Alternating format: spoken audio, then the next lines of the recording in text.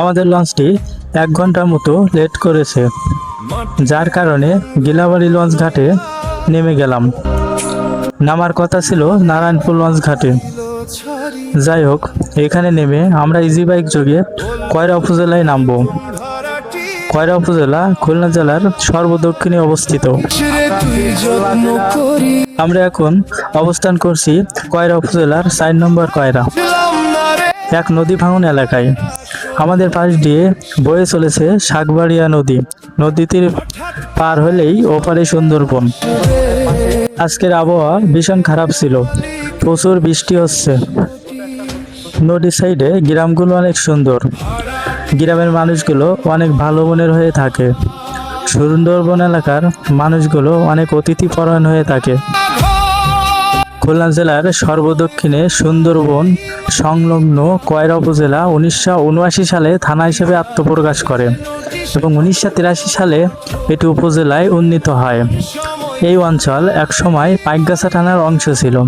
প্রাচীনকালে এখানে কাওড়া নামক আদিবাসী গোষ্ঠীর বসবাস ছিল, অথবা কয়রা নদীর নাম অনুসারে এর নাম কয়রা রাখা হয়েছে বলে ধারণা করা হয়। স্থানীয় জনশ্রুতি মতে বর্তমান সদর ও দেউলিয়া বাজার এলাকায় কাওড়া নামের এক আদিবাসী সম্প্রদায়ের বাস ছিল। তাদের নাম থেকেই আঞ্চলিক নাম কয়রা হয়েছে। অন্য একটি মতে এ অঞ্চলের উপর দিয়ে প্রবাহিত কয়রা নদীর নাম অনুসারে এই এলাকার নামকরণ করা হয়।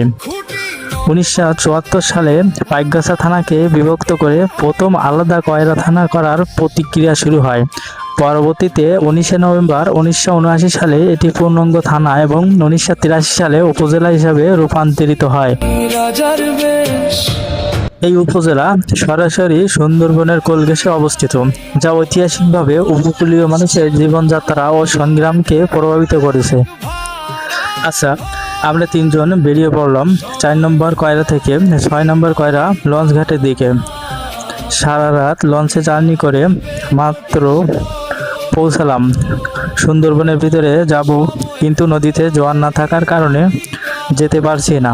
নদীতে জোয়ার আসতে সময় লাগবে 2 থেকে 3 ঘন্টা মতো, তাই গ্রাম ঘুরতে বেরিয়ে পড়লাম। আচ্ছা, একটা কথা না বললে নয়, কয়রা উপজেলার অনেকগুলো ভাগ রয়েছে। 1 নম্বর কয়রা থেকে সম্ভবত 9 নম্বর কয়রা পর্যন্ত রয়েছে। এখানকার মানুষের প্রধান পেশা হলো এই সুন্দরবন। সুন্দরবনকে ঘিরে নদী পাড়ের মানুষের বেঁচে থাকার লড়াই। সুন্দরবনের পাশ দিয়ে বয়ে চলা নদীতে প্রায় 63 প্রজাতির মাছ পাওয়া যায়। ওই দেখুন, সারি সারি নৌকা, ওনারা নদীতে মাছ ধরছে। এখানকার মানুষের অনেক সাহস। এনারা বিশ্ববিখ্যাত রয়্যাল বেঙ্গল টাইগারের সাথেও লড়াই করতে ভয় পায় না। আমরা ওই পারে সুন্দরবন দেখতে পারছি, মাঝখানে ছোট একটি নদী। এখানকার মানুষ জীবনের ঝুঁকি নিয়ে খাঁটি মধু সংগ্রহ করে থাকে, বন থেকে কাঠ সংগ্রহ করে থাকে। সময় ফুরালেই মালিকা দিয়া দেবে নোটিশ বড় কঠোর। ওরে মন, সময় ফুরালেই মালিকা দিয়া দেবে নোটিশ বড় কঠোর। ভাড়ার টাকা জমলো কত, হিসাব কি তুই রাখিস মনে? খাজনা ছাড়া দিন কাটাইলি মালিকের এই ভুবনে। ও তোর মহাজনে হিসাব নেবে, নিকাশ হবে পাই টু পাই।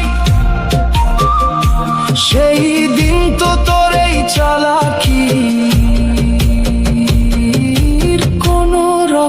রেহাই নাই। ভাড়া কি আই মোর দেহটা এক ভাড়া ঘর। সময় ফুরালেই মালিকা দিয়া দেবে নোটিশ বড় কঠোর। সুন্দরবনের চাকা চিংড়ি অনেক মজার হয়ে থাকে। তো বন্ধুরা, আমরা পরবর্তী ভিডিওতে আপনাদের সুন্দরবনের ভিতরে নিয়ে দেখানোর চেষ্টা করবো ইনশাআল্লাহ। ততক্ষণে সুস্থ থাকুন। আল্লাহ হাফেজ।